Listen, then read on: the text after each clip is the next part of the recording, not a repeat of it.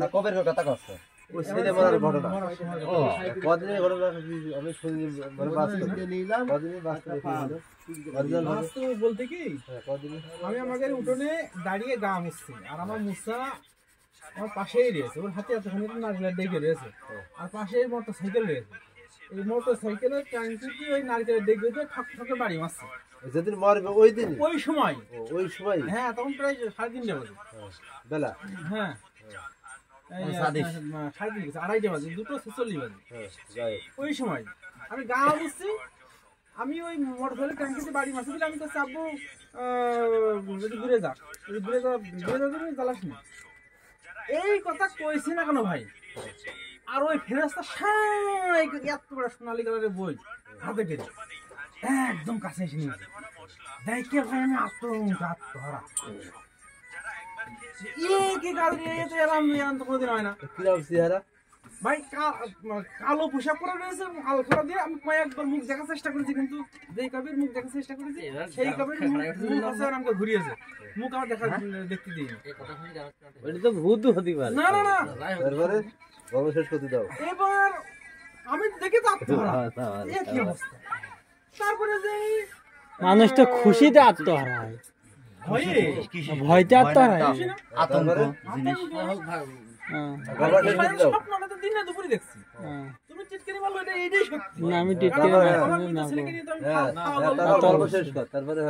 এইবারে সে নিয়েই বলছে যে অনেক দূরে নিয়ে যাবো আমার সাথে কথা বলছে আমি যদি চোখে দেখতাম তাও ভাবতাম যে এটা অবিশ্বাস বা আমি ভুল দেখেছি দেশে আমার ডাইরেক্ট কথা বলছে অনেক দূরে নিয়ে যাবো আমি বলছি যে আমি ছোট মতো খেয়ে বললাম যে কত দূরে বলি যে আসমানের উপরে আমি বললাম যে না মানে এত দূরে নিয়ে গেলে ছেলে পেলে মানুষ ফিরে আসবে কিভাবে তো বললো যে আপনিই তো দূরে যেতে বললেন আমার সাথে খুব ভদ্রভাবে কথা বলছিল এইবার আমি গা মশা বাদ দিয়ে ছোট মতো আমার ছেলে দাঁত পাচ্ছি না আমার ছেলে এবার আছে যে মোটর সাইকেল ট্যাঙ্কির বাড়ি মারা বাদ দিয়ে আমার বর্ষারি যে উঠোনে আছে যে কবুতার ঘরে আছে ওই কবুতার ঘরে খুঁটি দিয়ে বাড়ি মারছে আর আজরাইল মাঝখানে আমি হচ্ছে আমাদের ওই গোল ওই সিঁড়ির পাড়ি বাপ বিটা ডিভাইডে দিয়ে গেছি মাঝখানে আজরাইল এসে দাঁড়িয়ে গেল আমি তার পোশাক সহকারে তার 3-3 বার দেখেছি তারপরে এই আমি মুসার কাছে রাখতে গেছি তখন বললো যে আর কাছে ডাকবেন না সময় নেই আমার একদম নিষেধ করলো আর কাছে ডাকবেন না সময় নেই তারপর পুকুরে চলে গেল না তখন আমার মুসা দিয়েছে মুসা ওমতে ঘুরে ওই বড় মাগের সিঁড়ির পাশ দিয়ে আমার দিকে আসতে গেল আর ওই 2 পা বাড়িয়ে আমার ছেলেটার ডান হাত জারাম করে অমনি ঘুরিয়ে দিল আমার মুখে আসতে দিল তারপরে বলতে দিই এবার 2 থেকে 3 বার দেখার পরে জেনে 3 বার দেখার পরে জেনে আর আমি দেখতে পাচ্ছি এবার অদৃশ্য হয়ে গেছে তখন আমার মানে ভাবছি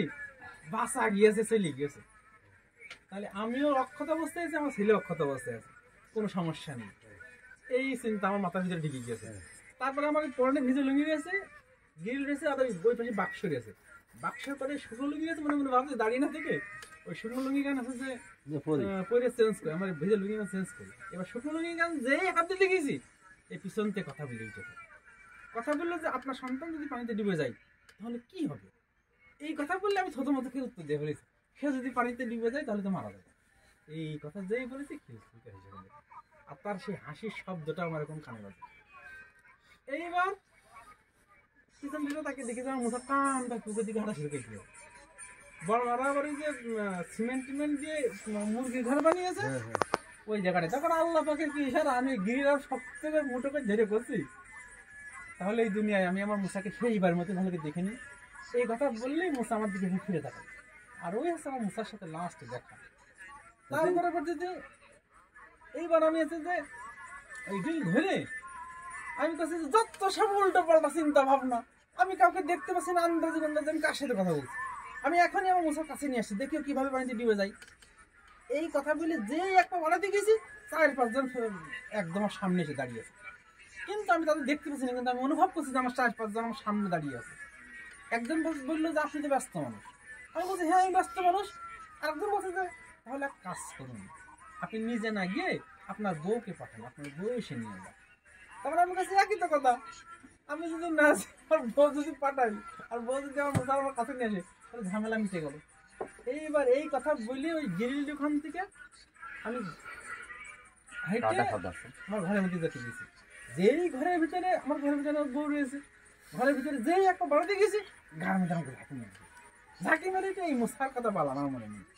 ঘরের ভিতরে গিয়েছি, সেই লুঙ্গি করে চেঞ্জ করেছি, পর্নের এই প্যান্ট পরেছি, কাপড় চোপড় সব কিছু গায়ে দিয়েছি। গায়ে দেওয়ার পরে ওই বিছানার পরে আমি আর ফেরেস্তা দেখা করে যে আমার গা খুব ভারী হয়েছে, এত ভারী হয়েছে আমি হচ্ছে যে পা তুলতে পারছি না। তারপরে যে নিয়ে আমি হচ্ছে যে হঠাৎ বসেছি বিছানার পরে, 10-12 মিনিট কেটে গিয়েছে। হঠাৎ করে আমার আজ নিয়ে গিয়েছে, আমি তো নিয়ে যাচ্ছিলাম, তো দেখি অলরেডি। তখন আমার সজনী আছে ঘরের মধ্যে কেউ মা করছে, এই নেই তাই নেই, বউ অশান্তি থাকেই, ঝাল নেই, পেঁয়াজ নেই, আলু নেই, পটল নেই। হ্যাঁ, তখন আমি আস্তে করে বলছি যে বলছি যে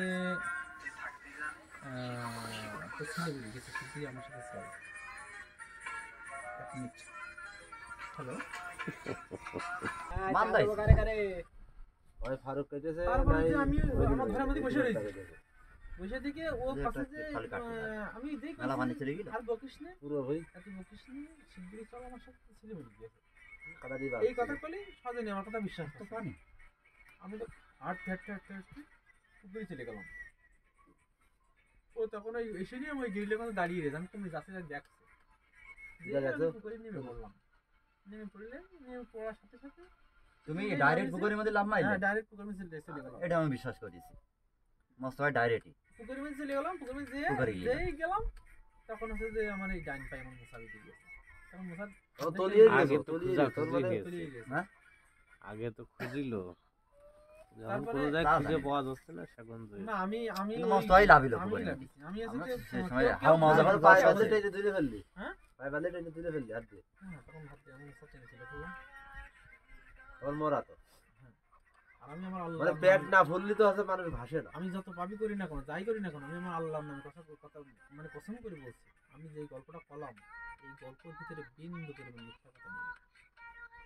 কারণ আমার সাথে সে বাস্তবিক কথা বলছে, আর কথা বলে আমার কাছে বইলে কেউ নিয়ে গেল। আর আমি সেই তার পোশাক সহকারে, তার হাতে যে ছিল সোনালী কালারের বই ছিল, আমি তাকে তিনবার দেখেছি, তার খুব ভালো করে দেখেছি। কিন্তু আমি কয়েকবার মুখ দেখার চেষ্টা করেছি, যেই কয়েকবার মুখ দেখার চেষ্টা করেছি সেই কয়েকবারই এইভাবে ডাইন কাছে গিয়ে আমি মুখ দেখাইনি। এখন দেখুক বা মনের কল্পনা হোক কিংবা